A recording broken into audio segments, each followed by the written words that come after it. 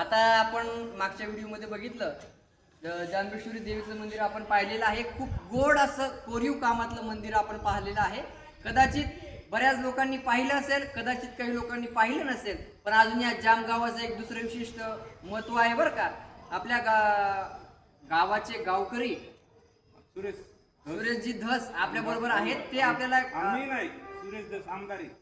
सुरेश धस माफी असावी, सुरेश धस हे जे आमदार आहेत त्यांचं एक गाव आहे बरं का. आणि आपल्या बरोबर गावातले गावकरी चेअरमन सोसायटी नाव गोवर्धन धस हे देखील आपल्या बरोबर आहेत. आपण त्यांच्याकडनं थोडी माहिती जाणून घेऊया या रथाविषयी आणि विठ्ठल रुक्मिणी मंदिराची प्रतिकृती कशी साकारली आणि हे मंदिर कधी झालं आपण त्यांचे आपल्या धस महाराजांबरोबर आपण बोलणार आहोत.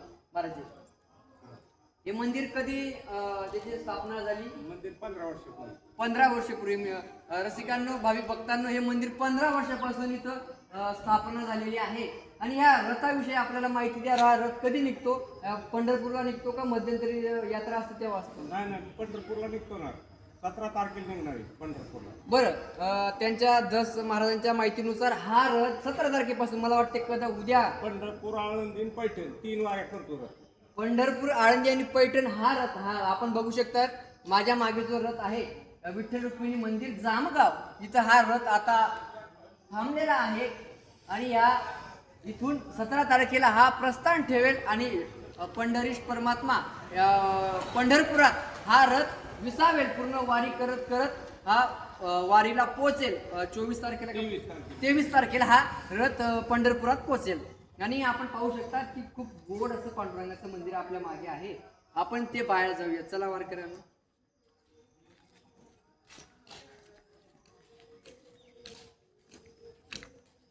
आपण त्यावर पाहू शकता हा रथ खूप छान आहे बरं काय. खूप छान. इथं लाईटाची देखील व्यवस्था केलेली आहे.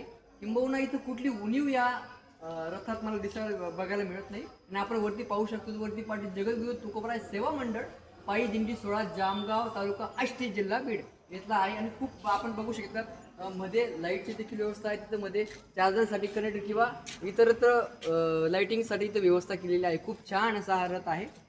आता आपण विठ्ठलाचं पांडुरंगाचं मंदिर पाहूया.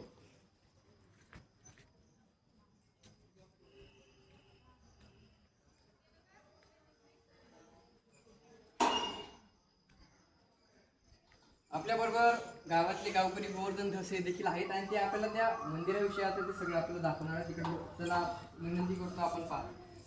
गाभाऱ्यात आल्याबरोबर प्रसन्न भाव मुद्रा असलेले पांडुरंग परमात्म्याची आणि रखमाई आई साहेबांची मूर्ती आपल्याला बघायला मिळते. आणि त्याचबरोबर उजव्या हाताला आणि डाव्या हाताला, उजव्या हाताला जे संत आहेत, माझ्या उजव्या हाताला जर आपण बघितलं तर आहेत माझे ज्ञानोबा. इकडे आपण बघू शकतात ते पण जसे आपण त्या जांबेश्वरी मातेचे आपण मंदिर पाहिलं त्याच प्रतिकृती त्याच कलाकृतीमध्ये इथे देखील सुशोभीकरण केलेलं आहे. आणि डाव्या हातात बघायला गेलं तर जगद्गुरु तुकोबराय ज्यांच्या नावाने यम घाबरत होता अशा तुकोबरायांचं देखील त्या कलाकृतीत ती प्रतिकृती आपल्याला बघायला मिळते. अशी प्रसन्न मुद्रा असलेल्या आपल्याला इथं संतांच्या प्रतिमा बघायला मिळतात. आणि जगाच्या मालक पालक आणि जगाची माय जर असेल पांडुरंग परमात्मा, आमची मिराशी पंढरी आमच्या घर भीमादेवी, पांडुरंग आमचा पिता आणि रखुमाबाई आमची माता, या न्यायाप्रमाणे जगाचे मालक इथं आपल्याला विराजमान झालेले दिसतात. आणि आपण जर बघायला गेलो तर भजनी मंडळाचं इथं विणा पक्वाज हे देखील सगळं इथं आपल्याला बघायला मिळतं. नवे नवे इथं